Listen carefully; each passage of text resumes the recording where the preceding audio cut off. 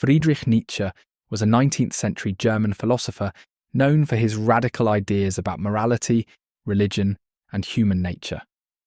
He challenged traditional beliefs and argued that people should create their own values rather than follow those imposed by society or religion. Nietzsche's work influenced existentialism and modern philosophy, but it remains highly controversial. Some see him as a champion of individual freedom and strength, while others criticize his ideas as dangerous or misunderstood. His writings have been misinterpreted in ways that connect him to totalitarianism, even though he rejected such systems. One of Nietzsche's most famous ideas is the death of God, which means that belief in a traditional, all-powerful deity is no longer a strong force in modern life. He argued that science, reason, and changing social values had made religious belief weaker, leaving people without the moral structure that religion once provided. This idea is controversial because it challenges the foundations of many cultures that rely on religious faith.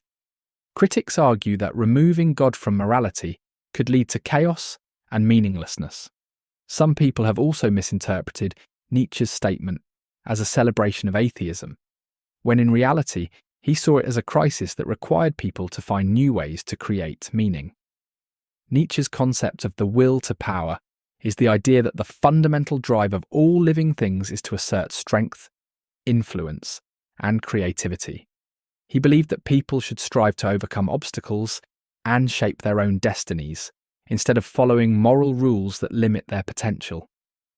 This idea is controversial because it seems to reject traditional moral values like humility and selflessness. Some critics argue that the will to power promotes selfishness and domination over others.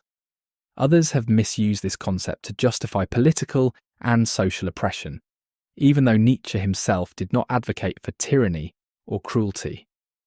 Nietzsche's idea of master-slave morality describes two different ways of thinking about ethics. He argued that traditional morality, especially in Christianity, was created by the weak, the slaves, to control the strong, the masters. According to Nietzsche, slave morality values things like kindness, humility, and obedience, while master morality values power, independence, and excellence.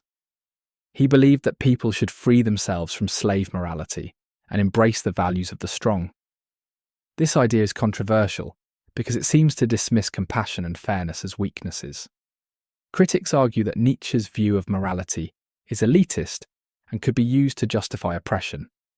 Others believe that he was not rejecting kindness itself, but rather encouraging people to think for themselves instead of blindly following moral traditions.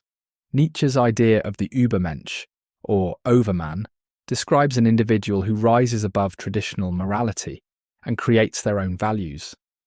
He believed that since God was dead, people needed a new way to find purpose, and the Übermensch was his answer. This idea is controversial because it challenges the idea that morality should be based on universal rules. Some critics see the Übermensch as a dangerous figure, encouraging people to reject ethics and seek power at any cost. Others argue that this idea has been misused, especially by political groups that twisted it into a justification for oppression.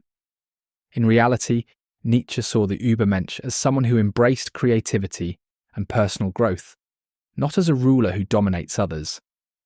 Nietzsche's idea of eternal recurrence is a thought experiment that asks people to imagine reliving their lives over and over, exactly the same way, for eternity.